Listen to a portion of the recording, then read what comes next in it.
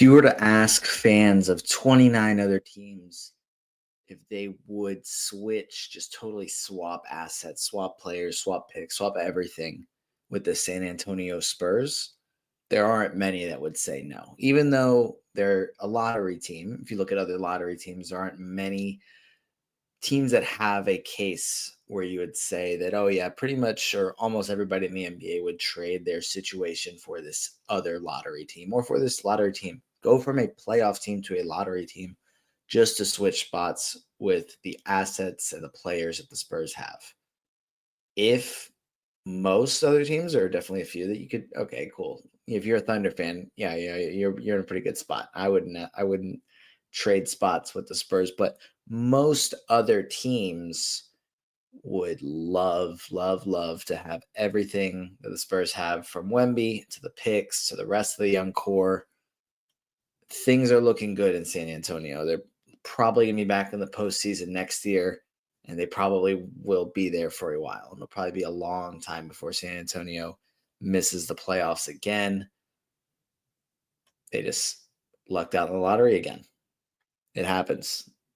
It usually doesn't happen to other teams as often as it happens for San Antonio, but the Spurs being one of the best teams in the league, they're just right back where they belong. Before we really dive into things here, I just wanted to remind you guys that BetOnline is the world's most trusted betting platform and your number one source for all your sports betting action. Of course, we have the NBA playoffs. Let's look at some odds for tonight's games. We have a couple of teams trying to keep their seasons alive at home.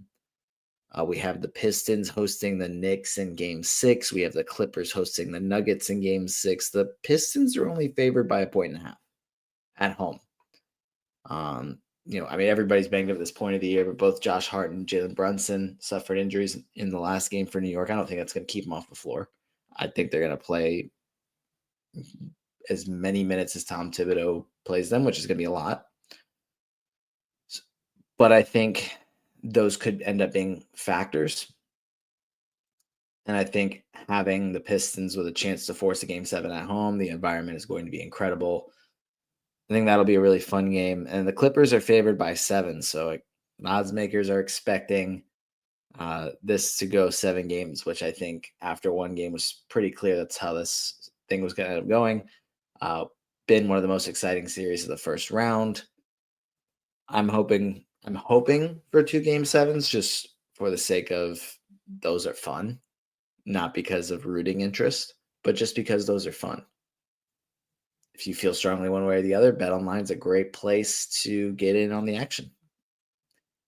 And then in between those games, you can head over to the BetOnline casino with all the top Vegas-style games, including poker and the live casino. BetOnline, the game starts here.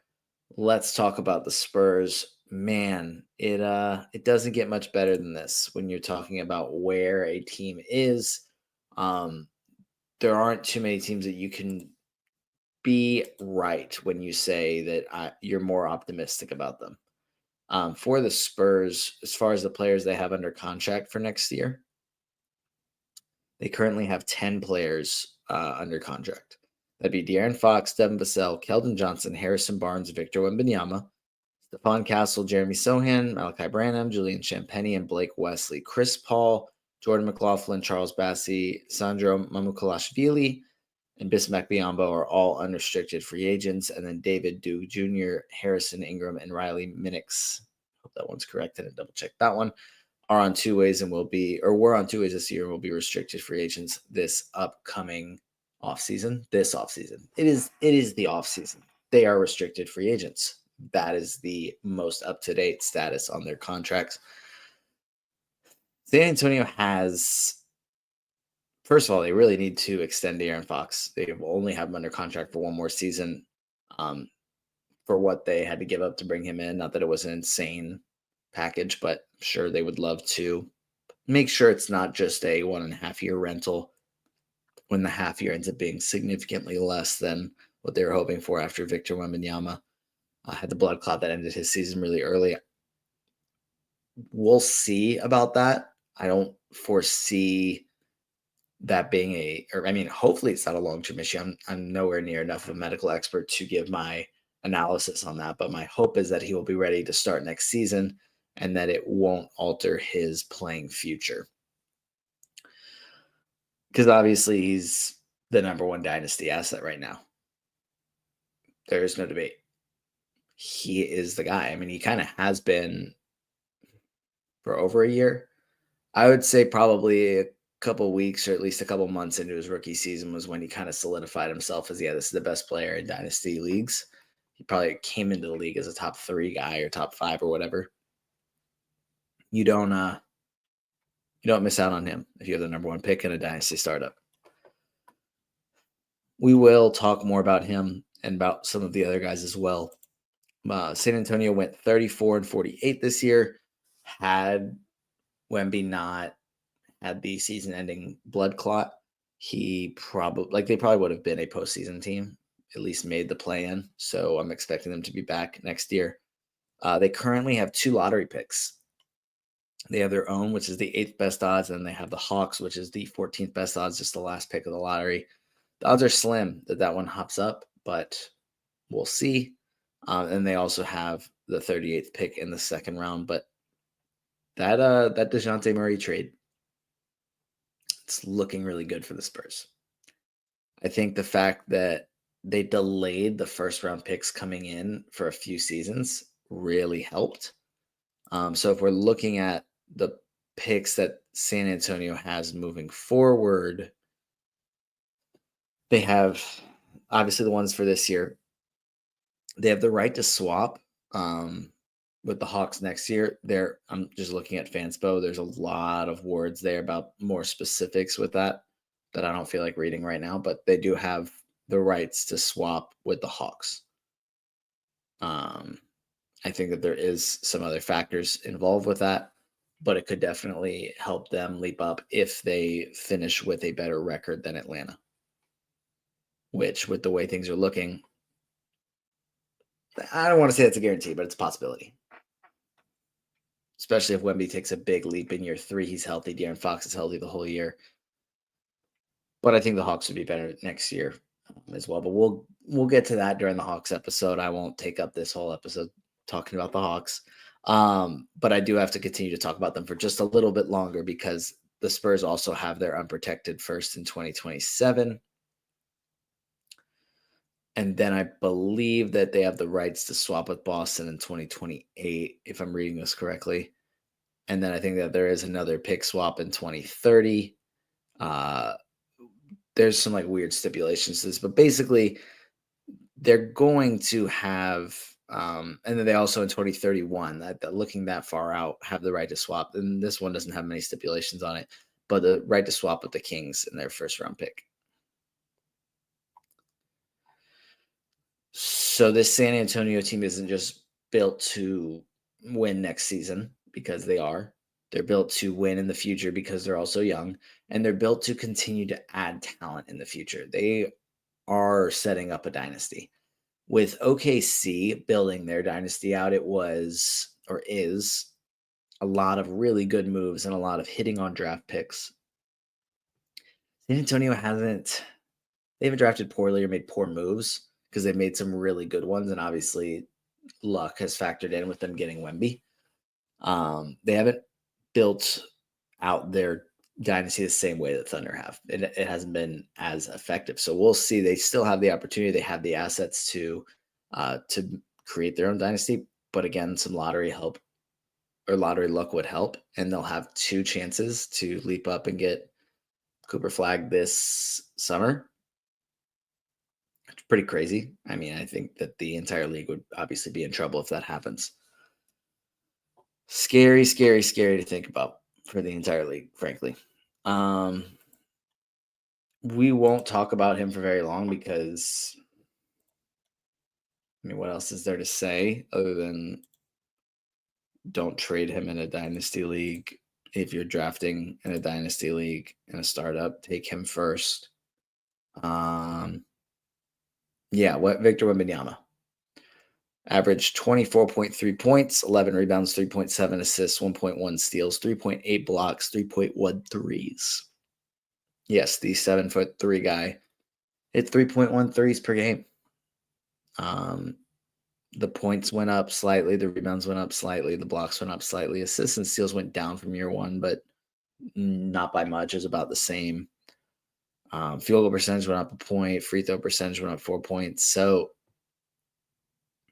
he's 21. There's so much room for him to continue to improve. Like, he's gonna take enough outside shots that I don't expect him to be some 58% or 55% field goal percentage guy. But I think he could get that over 50%. He's gonna be so unreal. So unreal. Statistically in real life, this San Antonio's gonna be so dangerous. Yeah, I feel like I'm just gonna keep repeating myself if I just continue to talk about Wemby, so I won't. We'll move on to someone else that actually requires more analysis or more thought, more of an angle, because yeah, Wemby's just crazy. Crazy, crazy. All right, let's talk about Devin Vassell, who averaged this past season 16.3 points, 4 rebounds, 2.9 assists. As I'm pulling up the rest of his numbers, if this wants to cooperate with me, he also averaged 2.5 threes, 1.3 steals, played 31 minutes per game. It was a poor, I guess not a, he started off a little slowly, but that's because he missed the first couple weeks of the season. Returned to the starting lineup in the middle of December. Some inconsistent play, some big nights, some eh. Then he really struggled after the trade deadline for a handful of games. And then he really got things going and had an excellent March. And then some last couple games were eh. But a really, really strong March that should have us encouraged moving forward. Just looking at his, because this was year 5 for him. His numbers had improved every other season of his career, from year 1 to year 2 and year 2 to year 3, improved by 6 points per game. Year 3 to year 4, his points improved a little bit, but his field goal percentage is where things really improved a lot. Jumped from up 3.3% from 43.9 to 47.2. This past season, meh. Minutes went down, points went down, assists went down, field goal percentage went down, shot attempts went down. It was just, it was not a great season for him, but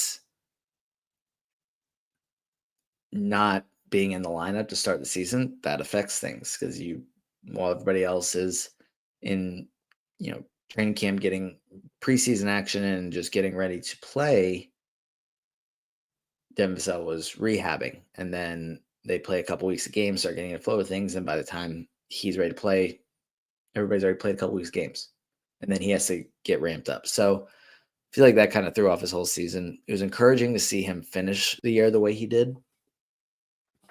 I'm expecting him to be better overall next season and definitely start off the season a little bit better. I think his fit here is going to be pretty interesting, and San Antonio's probably like, they're going to have the opportunity to add players, whether it's through the draft or through trade or through free agency. I would assume Devin Vassell's locked in as a starter. I would assume that. Now, things could certainly change. But right now, I feel pretty confident that if he's on this roster, again, I'm not expecting him to be traded, so I'm expecting him to start next year. But if you have De'Aaron Fox and Victor Wembanyama, the best case scenario is that he's the number 3 scoring option. He gets easier looks, but he's also had a lot of success just hitting very tough shots. But does he even, do they even want him taking those tough shots if he's the number 3 scoring option? I'm sure they're still fine with him because he's that type of shooter and that type of talent. He's athletic. He can defend. He definitely has a place and is going to be an important piece alongside a dynamic duo of De'Aaron Fox and Victor Wembanyama. I'm a little bit iffy about what that means for him statistically, because I think he can still do enough to be a borderline top 75 player, just like he was this year in 9-cat leagues, despite a poor start. I'm hoping that the efficiency improves, just like I said, playing alongside Fox and Wemby. And having more chemistry with that lineup, because I feel like when the trade first happened, it didn't necessarily go great for Vassell. And I think some of his better performances were after Wemby's season was over. But I don't think that's because he plays poorly with Wemby. I think it was the adjustment of trying to play together with this new lineup. But I still think he has makings of a really, really good player in 9-cat leagues. Just need to see his efficiency improve, which I'm not too concerned about. I think things will be easier in year 6 for him with more talent on this team. But I mean, it's been a few years because he was part of, I believe, a postseason team, not necessarily a playoff team. I don't remember I think they lost in the play-in tournament a couple of years ago. So it wouldn't be his first postseason action, but this team will have a lot higher expectations. So we'll see if he's able to elevate in that scenario. All right, let's move on to talking about the NBA's Rookie of the Year from this past draft class, who went number 4 overall. We're talking about Stephon Castle. Had a really strong rookie year, as one of the best rookies from start to finish, which is why he earned the award. He had some, I think he progressed as the season went on, had some bigger scoring nights down the stretch. Specifically, he came off the bench after the trade for De'Aaron Fox, but then moved back in the starting lineup and just closed the season really well. Just over the final month, which is when he kind of moved back into the starting lineup, he had a 14 assist game. He had a 22, 11, and 8. He had a 15, 15, 9. He had a 22, 9, 11, a 16, 4, 10. Multiple 20-point games outside of the ones I've mentioned. A couple 30-point performances throughout the season that were a little bit earlier on in the year. But I have questions because I think that he is a very good player, and I really liked him.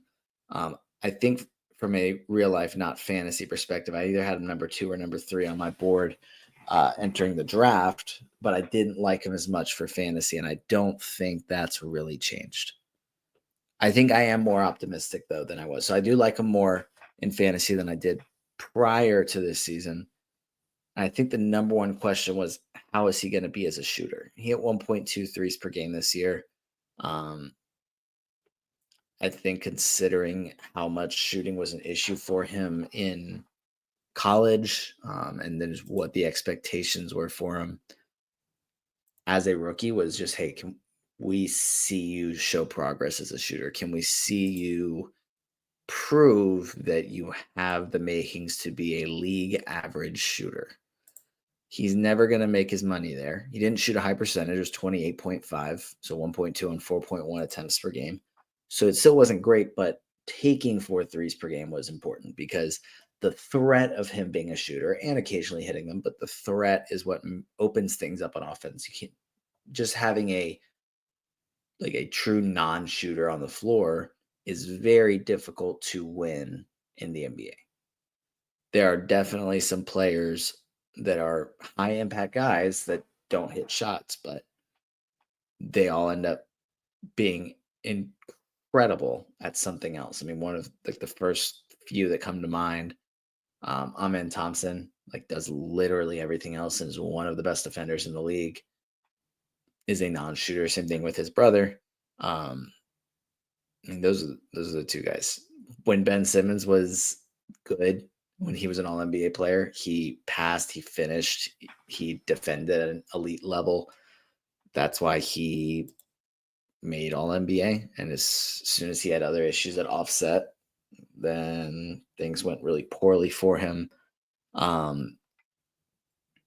More like big men, like Rudy Gobert is a non-shooter, but he's an elite defender and elite in pick and rolls. But it's a little bit different for a big than a guard.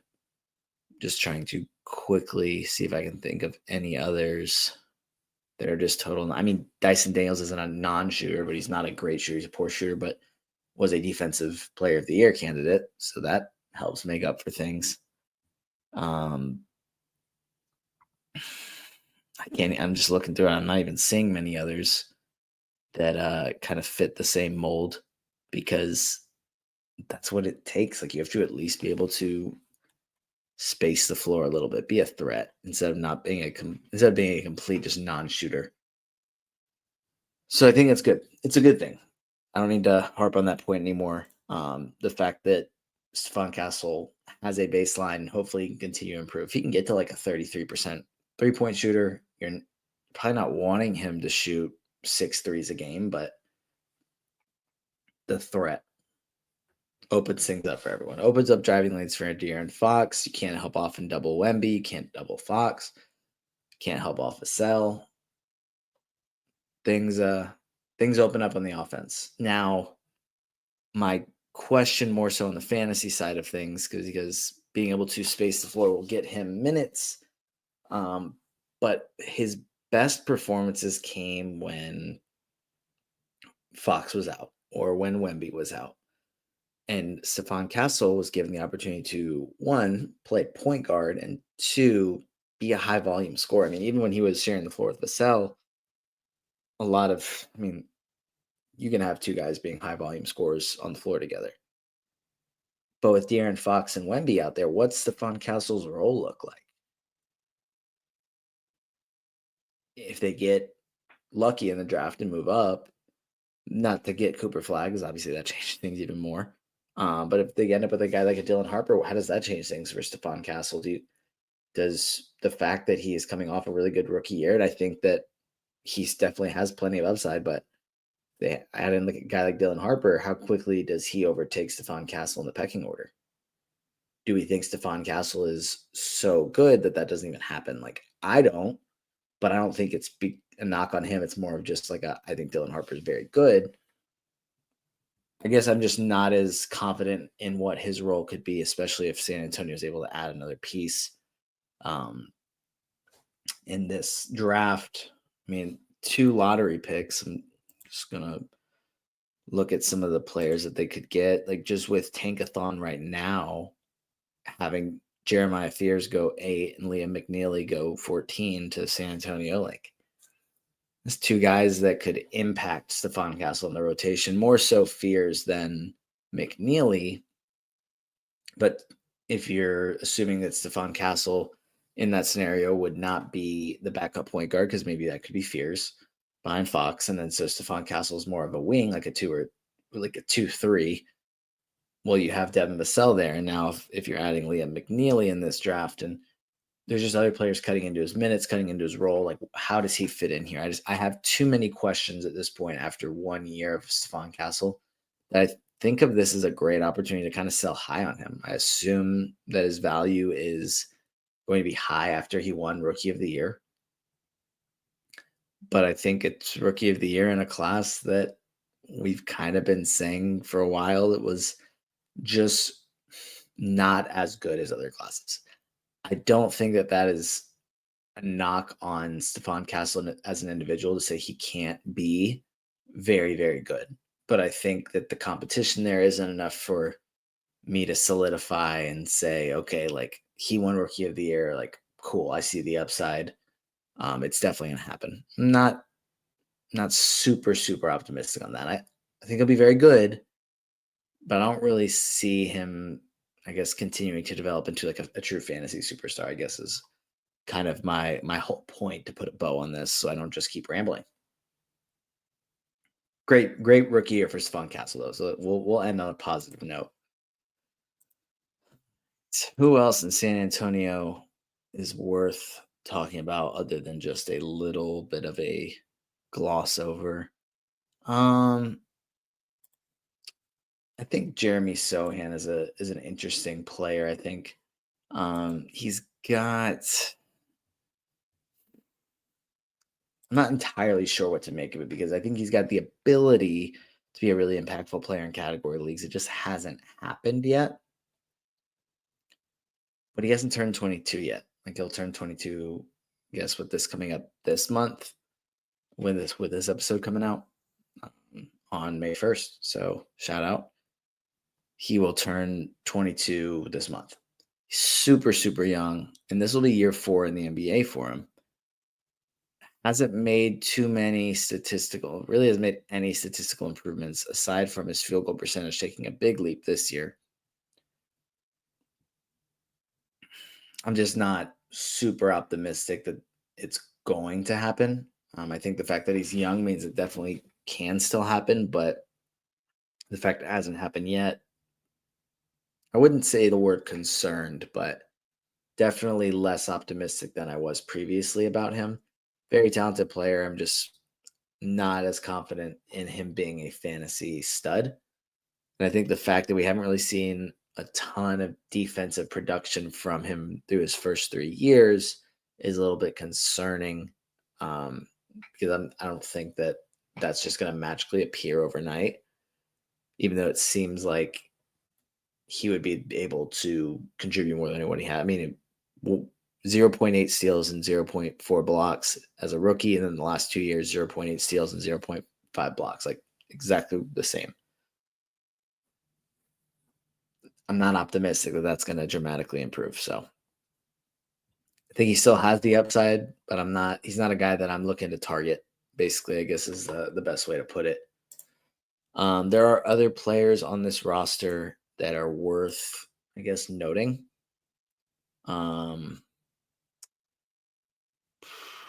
I think Keldon Johnson is a really good scorer, but the upside in category leagues specifically, he's just not a category league guy.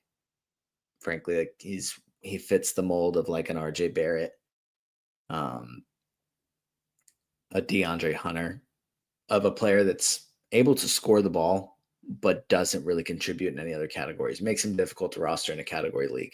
He's still fairly young, so he definitely has some value in that regard, but I don't think that's going to change in the sense that he's going to suddenly start contributing in other categories. But that's okay. I think he can still be valuable for the Spurs, valuable in points leagues. They had veterans such as Harrison Barnes on the roster and have had Chris Paul this past season. Shout out to Harrison Barnes having a couple big games at the late this past season. Yeah, not a fantasy guy. Chris Paul, I mean, it would be really cool to see him keep playing. You know, he's going to give you assists and steals somehow, even at 40. Sandro Mamukelashvili. I think he's been a kind of an interesting guy at the end of the bench for San Antonio the last few years. Has a couple big games here and there. I think Jason, who's one of the brightest minds in the Dynasty space, highlighted him in a sleeper. I don't remember if it was like a tweet or sleeper article or sleeper post. Few months ago, a couple months ago. So I trust Jason. Gives me a little bit more of a positive outlook on Mamu. But to me, the past few years, he's just kind of been a little bit more of a silly season guy. San Antonio isn't going to have more silly seasons ahead of them. So I'm not really sure how he fits in here. But we'll be keeping an eye on him for sure. Who else we got? A lot of dart throws. Malachi Branham is still young. Blake Wesley's still young. A couple other guys like Harrison Ingram is just coming off a rookie year. Not a ton of super high upside guys. Charles Bassey has had some games, but when Wemby went down, he had the chance. He just wasn't healthy, which stinks because I thought that was a really good opportunity for him. San Antonio has a lot of what their future is in a few players. So we're not optimistic about the Spurs because they're just littered with lottery talent. They do have some very solid pieces. I mean, another one I didn't mention, Julian Champagnie, still very young. Both him and his brother Justin with Washington were able to quietly carve out roles on rebuilding teams and have now, I guess, kind of solidified themselves as part of the team's future. So that's cool. Like they have pieces there, but it's not like some of these other teams that have 8 to 10 upside guys or 6 to 8 upside guys. We know where the value's coming in San Antonio. I think what has us optimistic is that some of these guys are just so young, and then they still have more picks to add. So the Spurs could definitely, I mean, they'll expand their young core, barring any sort of trade. They're going to add 2 lottery picks. And if we just look at the odds for these picks, they have a 6% chance of hopping up to number 1 with their own pick, and then a 0.7% chance of hopping up with the Hawks pick, 6.7% chance of picking number 1 overall between the 2 picks. I'm sure you can do enough spins on Tankathon to eventually get it to where your Hawks pick and your Spurs pick are 1 and 2. I don't think that anything. I mean, you could make your case that there are like rigged lotteries. I think if that happens, Adam Silver probably just has to step in and say, "Yeah, guys, that's just not going to happen. You guys can't add Cooper Flack and Dylan Harper to the young core you guys already have." But that's going to be a possibility. So the NBA will be in fear on May 12th for the draft lottery. Spurs fans will be excited because, oh my goodness, that could be quite the young core. But again, we'll know more about how that impacts these young pieces, specifically Castle, but some of the other guys as well, based on where this plays out, based on how the lottery plays out. Who else can San Antonio add to this team? They're going to be back in the playoffs next year, so the timeline for some of these younger players, whereas like a couple of years ago, it was like, okay, Malachi Branham has a couple of years to kind of figure this thing out, but to see if the upside's there, they have time to see if the upside's there. And now it's, okay, well, we're going to make the playoffs this year, so you either have to be ready to contribute or that's just not going to happen. So I think that'll be an interesting factor, an interesting story to follow this upcoming season as San Antonio just pushes fully for the postseason, which they're going to be there for a while. Very dangerous for a very long time because of Wemby and the other players in this team, but obviously Wemby is the headliner. Well, that's going to do it for this episode of the Young Man Squad Fantasy Basketball Podcast. You can help me out if you feel led, liking, subscribing, sharing, commenting, whatever, any way to interact with this helps me out a ton. And you can give me a follow on Twitter at NoahRubin22. And let's see what the next episode will be, if I'm not mistaken. If I can pull up my schedule. Maybe I just have to remember it because, yeah, I believe that Matt Lawson will be joining me for the next episode of the Young Man Squad Fantasy Basketball Podcast, and we will be talking about the 2025 draft class. So if you're looking for a little bit more of an analysis of who San Antonio could add to this team, or if you have a different team that you're supporting and want to hear more about that, Matt, as always, brings incredible information, very detailed analysis. You don't want to miss that one, but that will be our next episode. So I will see you then.